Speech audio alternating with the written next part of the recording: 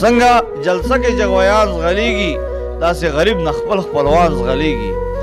نن رور نن د رور د پاره داسې اور دی، رور نن د رور د پاره داسې اور دی، لمبي پورته د رسمان زغلیږي. ایازه اچا نه ګیله مه کوه، ایازه اچا نه ګیله مه کوه، خیر دی د عمر دور دوران زغلیږي.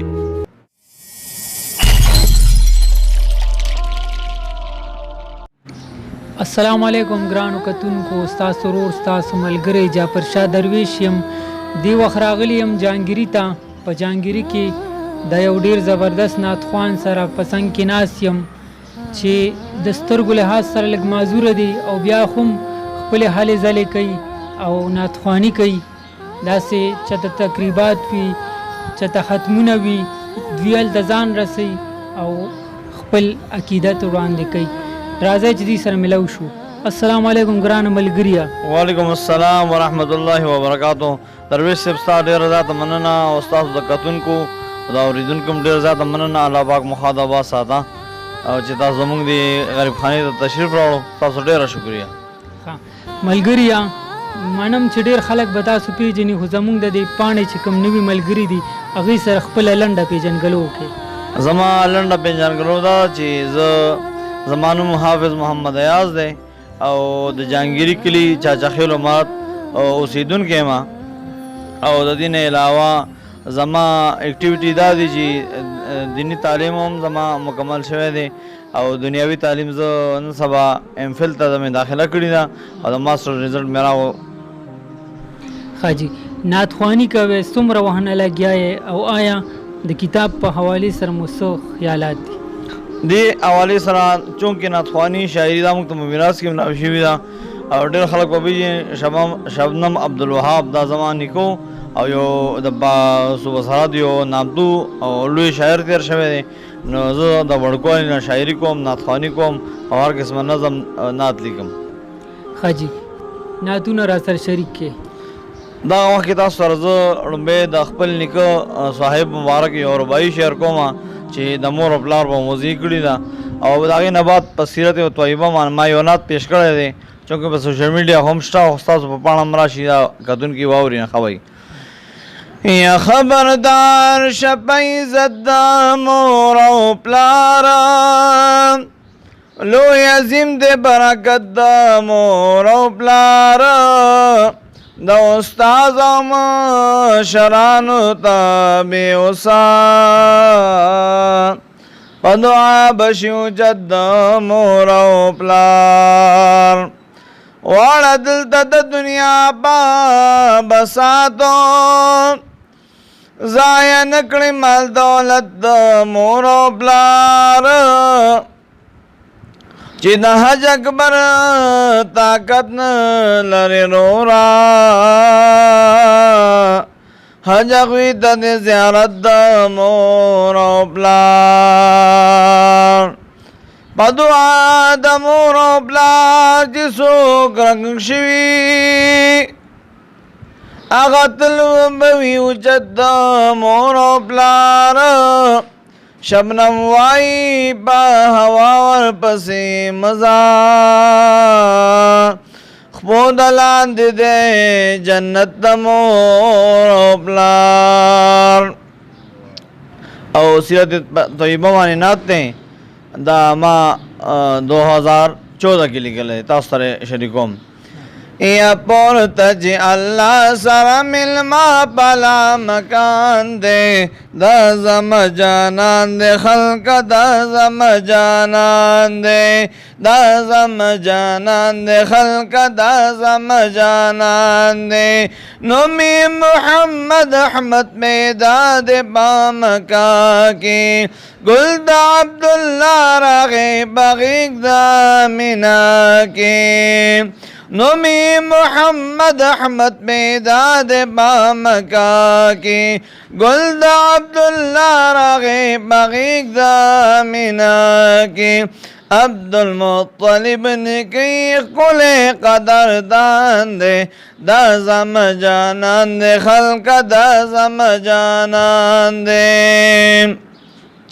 د ربیع الاول په 12 تاریخ پیدا شلو، سلور کچ دنیا دا دغا زیر دا سبا شلو نالری ثانی چی هاشمی خاندان دے دا زم جانان دے خلق دا زم جانان دے دا 12 کال عمر کی شام تپا سفر تلے دا ابو طالب سرا زمونگ پیغمبر تلے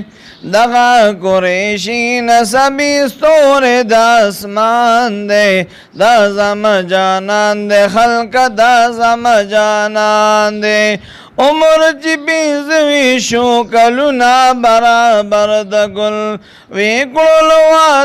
دا خدیجی سر دل بر دا گل بللے پساد کو پامن ہر یو انسان دے دا زم جانان دے خلق دا زم جانان دے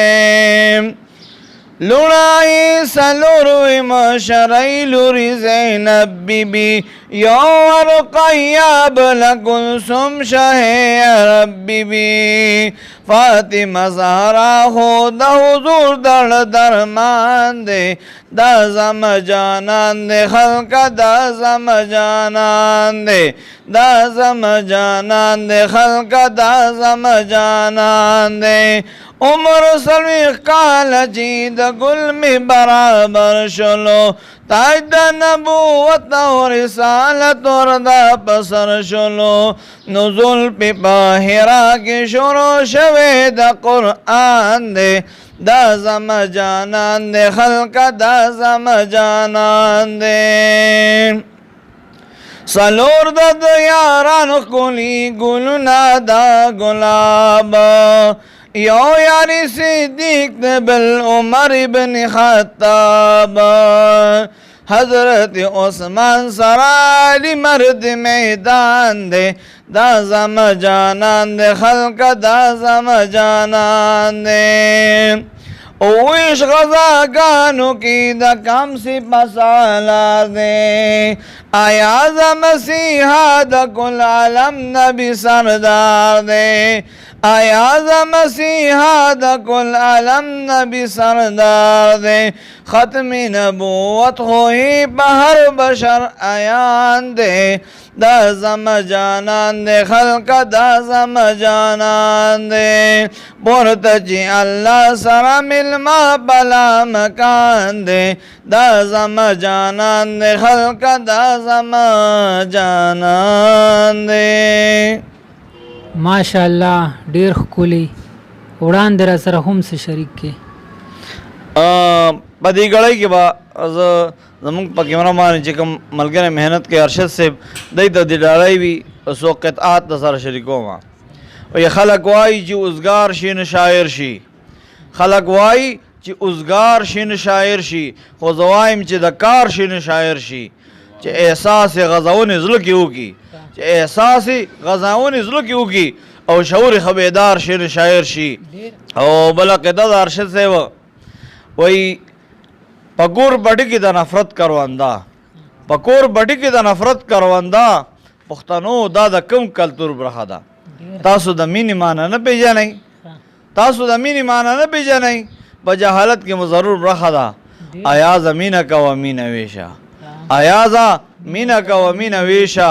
ایاز دا د منشور برخه ده ډیر خو ډیر ښکلی مینوالو ته په اخره کې څه پیغام ورکول غواړئ